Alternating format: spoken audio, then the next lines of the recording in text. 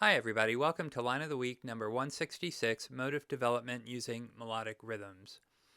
It's time again to take another rhythm, add notes to it, and then improvise with it over tunes. This is called Motif Development.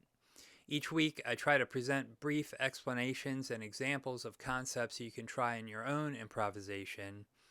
But let's briefly review some of the motif development tools people commonly use.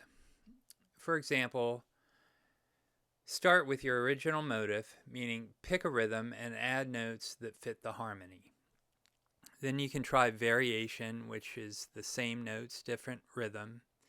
Extension is another tool, which just means adding notes before or after a motif.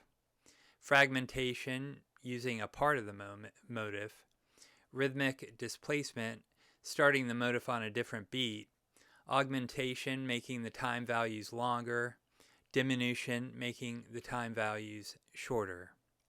This week's line is mainly about melodic variation, rhythmic displacement, and over-the-bar line phrasing, a term I'll define and illustrate in a little bit.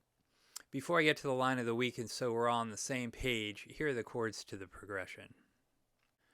The chords are A minor 7 to D7 to G major 7 for 2 measures, to G minor 7 to C7 to F major 7 for 2 measures. Here are the chord scales I'm using for this week's line. The chord scales are G major to E flat melodic minor to D pentatonic for 2 measures, to F major to D flat melodic minor to C pentatonic for 2 measures. Here's some melodic rhythm I'm using this week.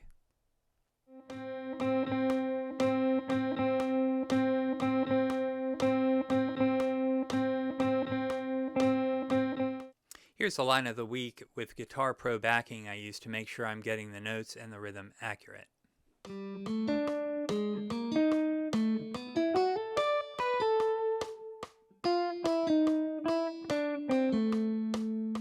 Let's look specifically at the line of the week. In measure 1, you've got the original motif, meaning the melodic rhythm with notes that fit the harmony. In measure 2, there's a variation of the original motif, same rhythm, different notes to fit the harmony. Measure 3, another variation. Measure 4, another variation that is also an example of over-the-bar line phrasing. What is over-the-bar line phrasing? Hal Crook, in his book, How to Improvise, defines it as follows. Over-the-bar line phrasing occurs when a melodic phrase ends with a sustained note at least one full beat or more before a chord change, meaning the melody cadences before the harmony changes.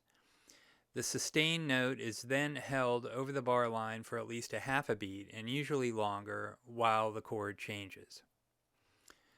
In today's line of the week, in measure 4, the melody cadences at note A, circled in red. It lasts for a beat and a half and then is held over the bar line for a beat as the chord changes from G major 7 to G minor 7. So this is an example of over the bar line phrasing. Moving on to measures 5 to 6, here's an example of rhythmic displacement. Hal Crook, again in his book How to Improvise, defines rhythmic displacement as follows. Rhythmic displacement occurs when the rhythm of a previous motif is repeated but starting on a different beat than the previous motif. Here, in measure 5, the motif starts on beat 3 instead of beat 1 where the motif has previously begun. So this is an example of rhythmic displacement. Moving on to measures 7 to 8, another variation with a half note extension in measure 8 to end the line. So that's all for this week. Thanks very much for watching, and we'll see you next week.